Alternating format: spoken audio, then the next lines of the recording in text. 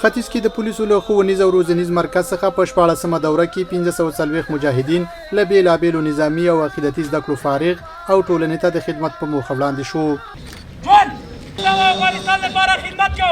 د یاد ښوونیز او روزنیز مرکز قومندان قاری رحمت الله نعماني وایي دغه پولیسو ته د 2 میاشتو په موده کې ټولې اړینې زده کړې ورکړل شوې او دغه مجاهدین چې د زون په سطح دي د 4 ولایاتو د نورستان، کونړ او ننګرهار او لغمان او دغه ته په مختلفو برخو کې الحمدلله زده کړې ورکړې دي چې هغه مسلکي زده کړې مې او شرعي زده کړې هم وي او د دوی دوره چې وه نو هغه 2 میاشتې دوره وه. فارغ مجاهدین نبی الله او ریحان الله بیا خپل زده کړو ته خوښ دي. وایي دغه 2 میاشتنیو زده کړو کې ډېر داسې څه زده کړل چې له دې وړاندې ورباندې نه پوهېدل. چې په یاد زده کړو کې موږ دلته تخنیکي، تکتیکي او مسلکي زده کړې او همدغه رنګ د شرعي دوره موږ وکړه چې د دې په هر څه کې موږ سره دلته